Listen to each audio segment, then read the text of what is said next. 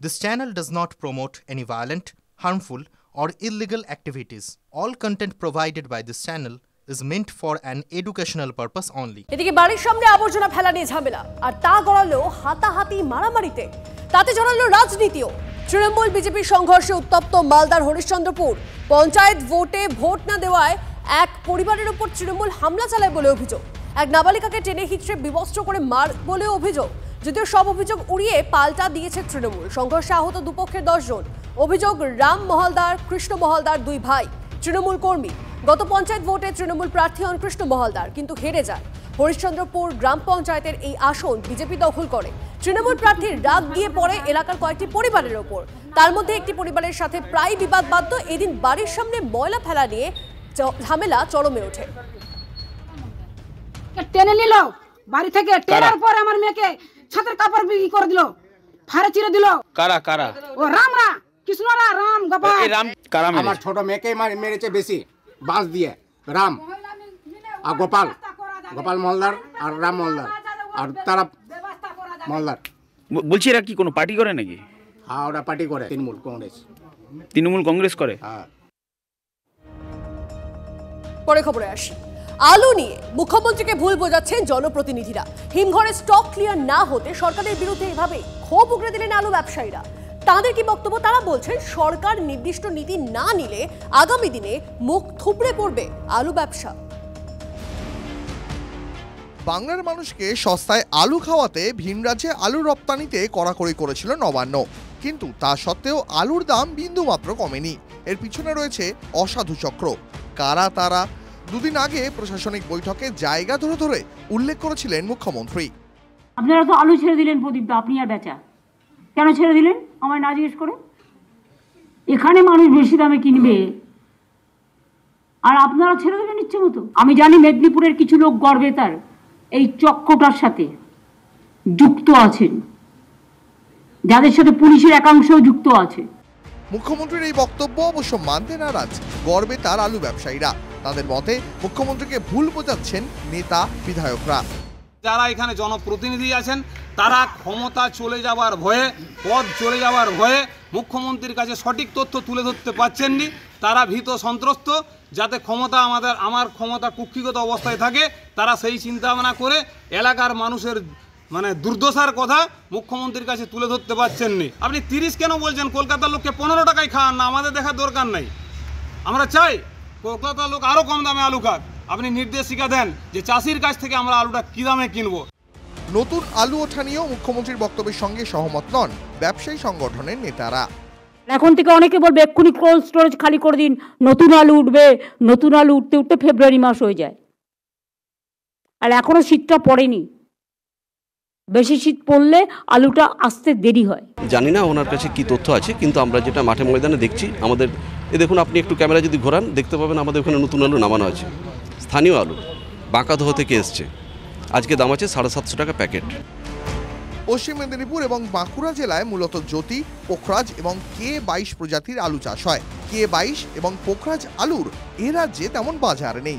বেশিরভাগ আলুই রপ্তানি করা হয় ঝাড়খণ্ড, বিহার ও ওড়িশায়। কিন্তু সরকার ভিন রাজ্যে আলু রপ্তানি বন্ধ করায় হিমঘরগুলোতে ডাঁই হয়ে পড়ে রয়েছে সেই সব আলু।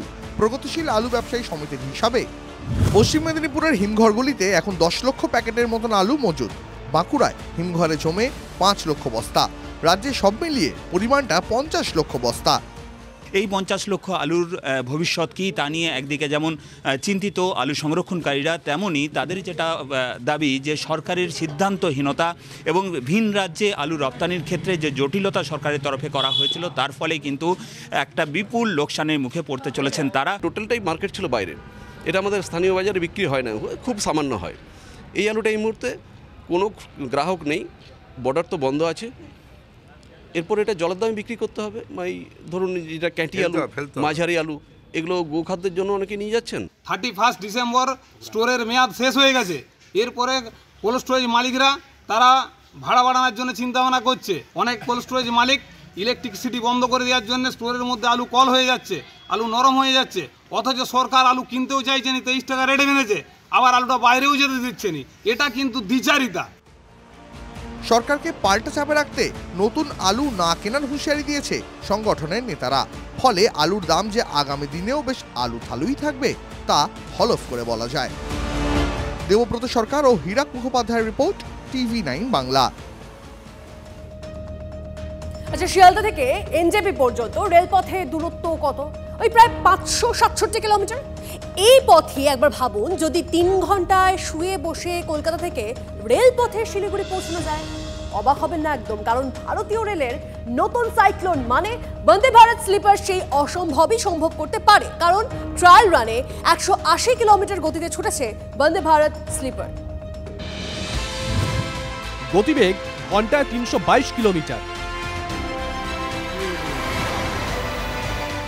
জাপানের বুলেট ট্রেনের গতি দেখে হাঁ পিত্তেশ করার দিন শেষ হতে চলেছে।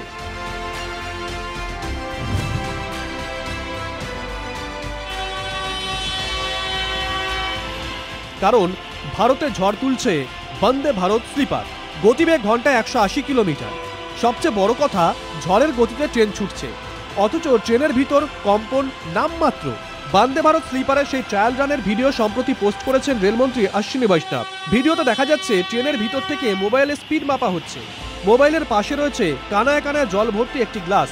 বন্দে ভারত স্লিপার ট্রেন ঘন্টায় 180 কিলোমিটার গতিতে ছুটছে, অথচ গ্লাস থেকে জল ছলকে পড়ছে না। এটাই বন্দে ভারতের বিশেষত্ব, যাত্রী স্বাচ্ছন্দ্যের অনন্য মাইলস্টোন। 2রা জানুয়ারি বন্দে ভারত স্লিপার ট্রেনের পরীক্ষা হয়। রাজস্থানের কোটা থেকে লাবন পর্যন্ত ট্রেনটি ছোটে। 40 কিলোমিটারের বিশেষ লাইনে পরীক্ষামূলক যাত্রা হয়। বন্দে ভারত চেয়ারকার এক্সপ্রেস ইতিমধ্যেই রেলযাত্রার গতি কয়েক গুণ বাড়িয়ে দিয়েছে, কিন্তু দিনরাতের পরিষেবা দিতেই বন্দে ভারত স্লিপার কোচের ভাবনা। জানা গেছে, যাত্রীর স্বচ্ছন্দের কথা মাথায় রেখে এই ট্রেনে অত্যাধুনিক প্রযুক্তির ব্যবহার করা হয়েছে।